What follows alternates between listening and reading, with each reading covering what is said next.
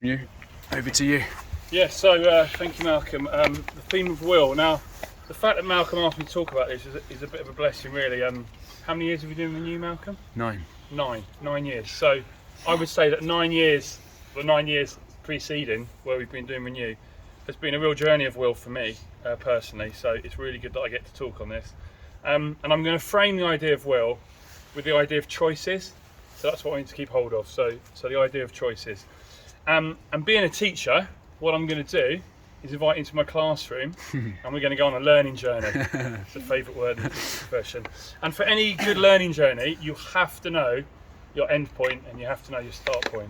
So I'm going to give you a couple of ideas from Scripture to help define what that means to me. So in Romans 7 verse 19, Paul's talking and he says, I can will it, but I can't do it. I decide to do good, but I don't really do it. I decide not to do bad, but then I do it anyway. My decisions, such as they are, don't result in actions. Something's gone wrong deep within me and gets the better of me every time. So for me, that's a starting point of will. It's actually when I first kind of started my journey with God when I was a teenager. That's one of the verses that really sticks out to me. I remember kind of first reading the Scripture. So if that's our starting point, this is my ending point for us. So Matthew 26, Jesus is in the Garden of Gethsemane, so taking us to Easter like we're doing for this Lent. My Father, if it is possible, let this cup pass from me. Nevertheless, not as I will, but as you will it.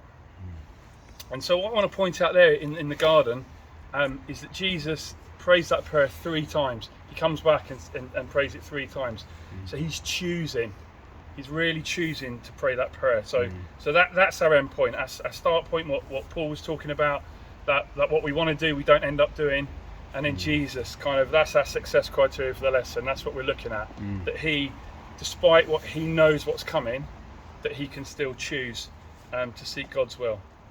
So I'm going to start by saying that the modern society and the world around us loves the idea that we can pretty much make any choice that we want.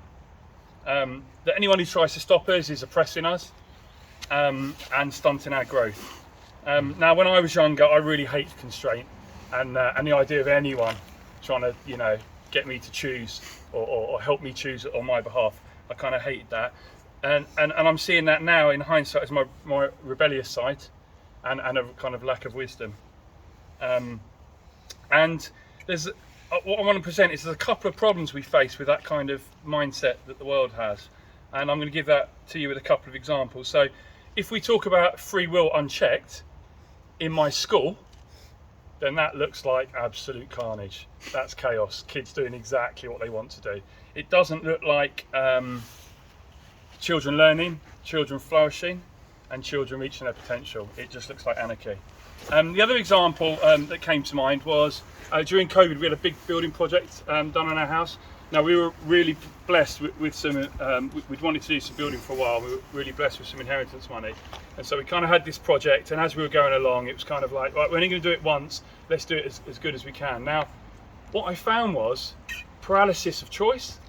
So when you didn't have any kind of constraints and you could do anything, well, what would you do? So I'm presenting those as a couple of problems with that mindset of the world of like, do what you want. So when we can do anything, what are we going to do? We're free to choose. I can choose to go anywhere on my journey, but do I want to go anywhere? Is everywhere that I could go going to be good for me? So we must choose our destination.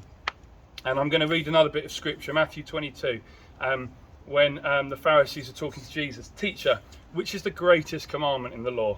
And Jesus, we probably all know, Jesus replies saying, love the Lord your God with all your heart, with all your soul, and with all your mind.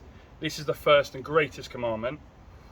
And the second is like it, love your neighbour as yourself. So in my journey, I'm choosing to make that my destination. So that's my end point. I could go anywhere, but that's my destination. That's how I'm going to set my compass. That's a choice for me. And it can appear quite counterintuitive, but Scripture actually teaches us that for real freedom to be who we were made to be, we need a lot of boundaries. And the whole first 5 chapters of the Bible is basically laws and boundaries being given to Israel by God. And to run alongside that idea of boundaries, I was just thinking how constantly choosing can be exhausting. If you're constantly having to make choices all the time, that can be exhausting. So what we do is we develop habits. So habits take away that choice, kind of they're patterns of behaviour we fall into. And so what do we do about our habits so that we don't get stuck into what Paul said in Romans, into that mindset of wanting to do something and not end up doing it? And so as I was thinking about that, and it's something I've brought up in Renew before, and it's been a big journey for me, is this idea of discipline. And the word discipline comes from the Latin word, I think it's discipulus, which basically means pupil. So that idea of discipline, us being a pupil, and it's intentional. And if we can form our habits in the right way, then we don't get paralysed by choice. And so as I've journeyed with Renew, I just wanted to talk about the blessing that Renew's given me in terms of habits.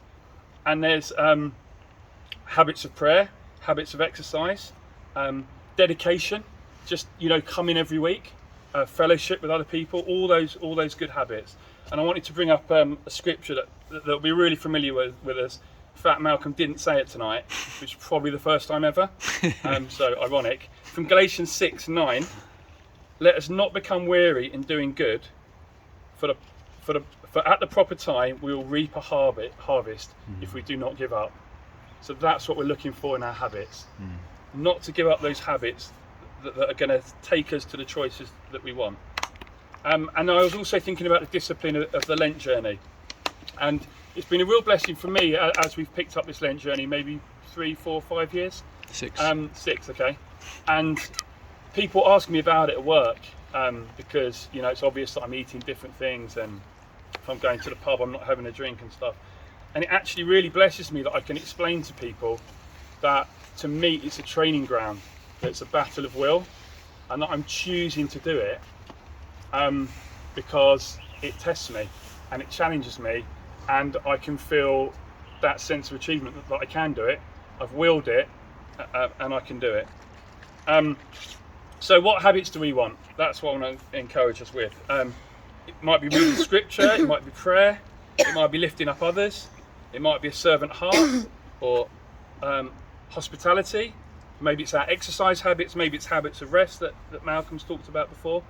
And I also just want to point out on this journey to where we're going that detours are inevitable, and I want us to not get discouraged by detours, because detours help us learn a lot. And the kind of analogy I've got for that is that maybe we're facing a big mountain, there's a big mountain looming in front of us, and we realise that we haven't got the faith or the skills or the confidence or the strength to climb the mountain.